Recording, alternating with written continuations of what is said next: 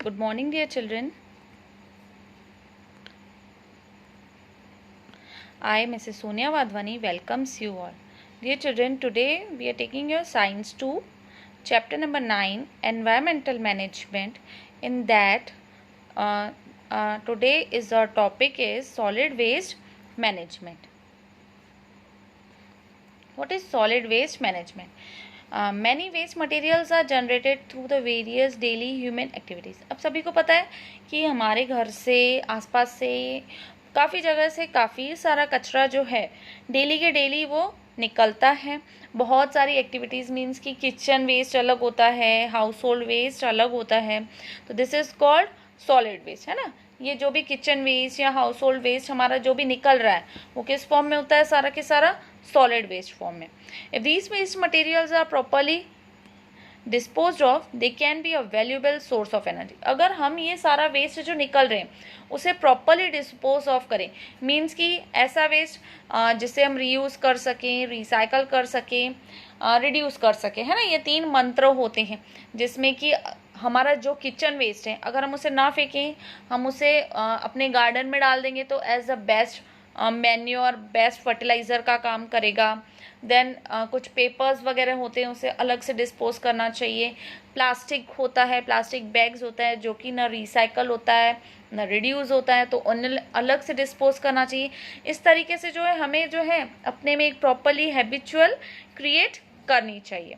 तो currently solid waste is a source worldwide problem as it causes both water and soil pollution. अगर देखा जाए तो world बहुत ही बड़ा है और जो सॉलिड वेस्ट जनरेट हो रहा है उसकी क्वांटिटी भी क्या होती है? काफ़ी बड़ी होती है. और वो जो है सॉलिड वेस्ट जो हो रहा है वो हमारे वाटर और सॉइल दोनों पॉल्यूशन क्रिएट कर रहा है, क्योंकि सॉलिड वेस्ट कचरे वाला कचरा उठाता है, कहीं जाके वो डंप कर देता है. तो डंप कर देता है वो फाइनली सॉइल में सड़ता रहता है. एंड देन वो सॉइल की जो फर्टिलिटी होती है उसे भी वो डिक्रीज करता है. साथों साथ बारिश के साथ वो पानी के साथ बहता जाता है और वाटर में जाकर के मिक्स हो जाता है, तो वाटर पोल्यूशन भी क्रिएट करता है. Solid waste is also serious problem from the point of view of economic growth. अब जैसे जैसे इकोनॉमिक ग्रोथ इंक्रीज होगी तो सॉलिड वेस्ट भी क्या होगा? इंक्रीज होगा. Environmental degradation and health. Environmental मतलब हमारे एनवायरनमेंट को भी इफेक्ट होते जाएगा. अब जैसे जैसे ये वेस्ट अगर डिस्पोज ऑफ नहीं हुआ उसकी वजह से काफ़ी हेल्थ डिजीजेज भी हो सकती हैं. It has posed a serious threat to nature and human habitat because of the air, water and soil pollution it causes. तो ये जो कचरा है ये एयर पोल्यूशन भी क्रिएट कर रहा है, वाटर पोल्यूशन भी क्रिएट कर रहा है और सॉइल पोल्यूशन को भी क्रिएट कर रहा है. इसलिए ये जो एक प्रॉब्लम है सॉलिड वेस्ट का, उसे उसका एक पर्टिकुलर वे निकालना चाहिए कि ये जितना भी सॉलिड वेस्ट क्रिएट हो रहा है एक मैनेजमेंट होना चाहिए कि इन सारी चीज़ों को अलग अलग सेपरेट करके रखना चाहिए. एंड देन जो भी चीज़ें रीयूज़ हो सकती हैं उसे रीयूज़ किया जाए, जो रिसाइकल हो सकती हैं उसे रिसाइकल, और जो रिड्यूस हो सकती हैं उन्हें रिड्यूस किया जाए. So here is the classification of waste. कहाँ कहाँ से वेस्ट निकल रहा है और वेस्ट जो है उसके जो सोर्सेज मतलब वो किस फॉर्म में रहता है. तो पहला है हमारा डोमेस्टिक वेस्ट. डोमेस्टिक वेस्ट जो है उसमें जो भी फूड वेस्ट होता है, पेपर होता है, plastic papers, plastic bags, vegetable waste, fruits के जो भी स्किन्स होते हैं, जैसे कि हम फ्रूट खाते हैं तो उसके आउटर पिलिंग निकाल के फेंक देते हैं, ग्लास होता है, मेटल शीट्स होते हैं, काफ़ी सारे जो हैं आर्टिकल्स होते हैं. तो ये सारा हमारा जो डोमेस्टिक वेस्ट मतलब कि जो हमारे घरों से निकलता है. नेक्स्ट है इंडस्ट्रियल वेस्ट, जो कि इंडस्ट्रीज़, काफ़ी सारी इंडस्ट्रीज़ होती है, वैरायटी ऑफ प्रोडक्ट्स बनते हैं डिफरेंट इंडस्ट्रीज़ में से. तो उनमें से जो निकलने वाला वेस्ट होता है वो केमिकल्स होता है, साथों साथ पिगमेंट्स, स्लज, ऐश, मेटल्स एक्सेट्रा, है ना.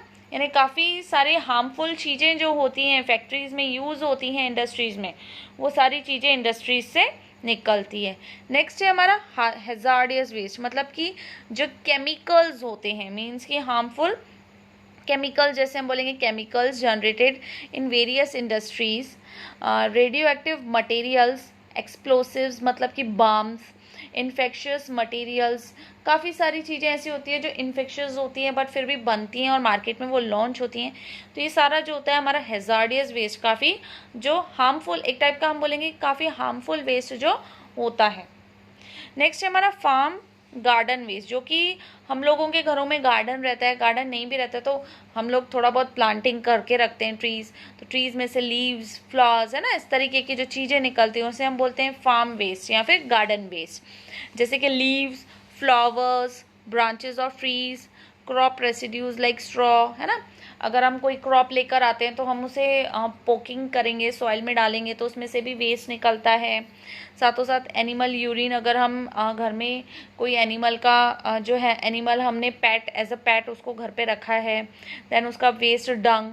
साथों साथ अब हमने प्लांटिंग की है तो पेस्टिसाइड्स भी लेकर आएंगे, remains of various chemicals and fertilisers, and then वो अगर हमने प्लांटिंग की है तो हम सोचेंगे कि इंसेक्ट्स ना लगे इसलिए उस पर पेस्टिसाइड्स भी स्प्रे करेंगे एंड फर्टिलाइजर्स भी उसमें ऐड करेंगे। तो दीज जो ये सारी चीज़ें जो है ये हमारी फार्म या फिर गार्डन वेस्ट में इंक्लूड होती है। Next electronic waste. अब हर किसी के घर में बहुत सारे इलेक्ट्रॉनिक अप्लायंसेस होते हैं और वो उनकी कुछ एक पर्टिकुलर लाइफ होती है, वो उतनी लाइफ के बाद क्या हो जाते हैं, वो इलेक्ट्रॉनिक वेस्ट अपने आप ऑटोमेटिकली बंद हो जाते हैं, डैमेज हो जाते हैं, गिर जाते हैं, टूट जाते हैं, तो फिर वो हमारे किसी काम के नहीं रहते।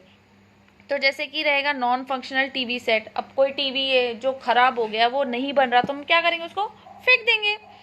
सेल फोन्स होते हैं, म्यूज़िक सिस्टम्स होते हैं, कंप्यूटर्स होते हैं और बहुत सारे जो हैं इलेक्ट्रॉनिक पार्ट्स होते हैं जिनकी फंक्शनिंग जब रुक जाती है और वो रिपेयर नहीं होते तो हम उन्हें क्या करते हैं, डिस्पोज ऑफ कर देते हैं, मतलब अपने घर से निकाल के फेंक देते हैं।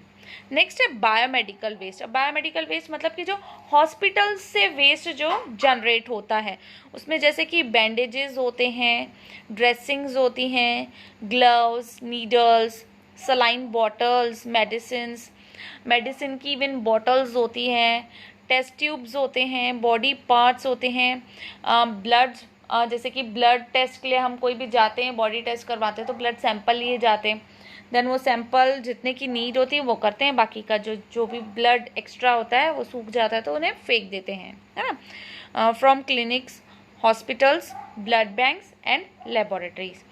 तो बायोमेडिकल वेस्ट जो कि मैंने बताया आपको, जो हॉस्पिटल्स, छोटे छोटे क्लिनिक्स होते हैं वहाँ से, इवन ब्लड बैंक्स जो होते हैं जहाँ हम ब्लड डोनेट करने जाते हैं, और साथों साथ जो लेबोरेटरीज होती हैं जहाँ हम सैंपल हैं अपने टेस्टिंग के लिए।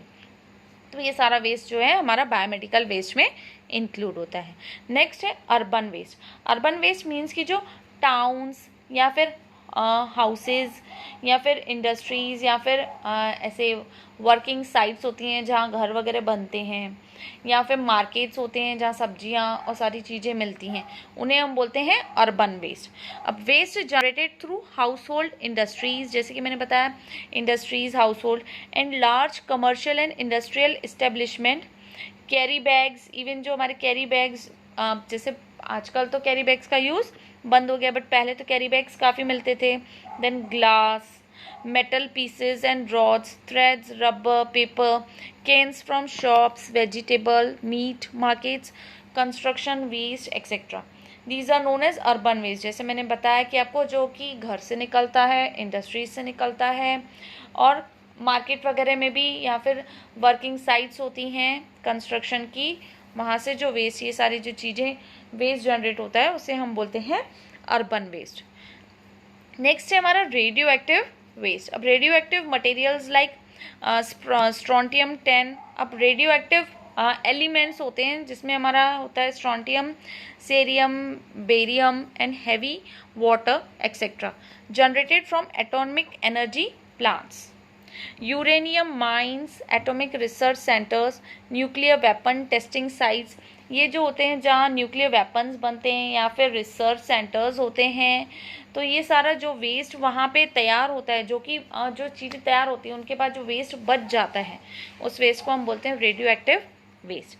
नेक्स्ट है हमारा माइनिंग वेस्ट। अब माइनिंग वेस्ट मतलब कि सभी को पता है कि मिनरल्स होते हैं डिफरेंट डिफरेंट टाइप्स के, जो कि हमको deep inside the earth, soil में से ऑब्टेन्ड होते हैं, तो उनमें से भी जो है वेस्ट जो जनरेट होता है उसे हम बोलते हैं mining waste. Remains of heavy metals like lead, arsenic, cadmium etcetera from mines, है ना। माइनिंग के तो सभी को पता है, जैसे कोल वगैरह भी होता है, काफ़ी सारे मिनरल्स होते हैं, ये सारे हमें जो है सॉइल में से ऑब्टेन होते हैं। उसमें से कुछ ऐसे होते हैं, अगर वो लेफ्ट ओवर वहीं पे रह गए तो उनके कुछ हार्मफुल इफ़ेक्ट्स भी रहते हैं।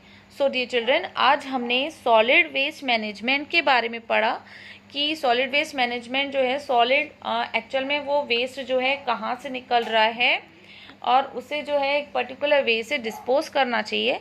और हमने जो है नेक्स्ट क्लासिफिकेशन ऑफ वेस्ट पढ़ा कि कौन से टाइप के वेस्ट होते हैं और वो वेस्ट कहाँ से जनरेट होते हैं। तो सो डियर चिल्ड्रन, ये आपको अपने पास नोट डाउन करना है और कोई भी डिफ़िकल्टी होगी तो पूछना है। Thank you.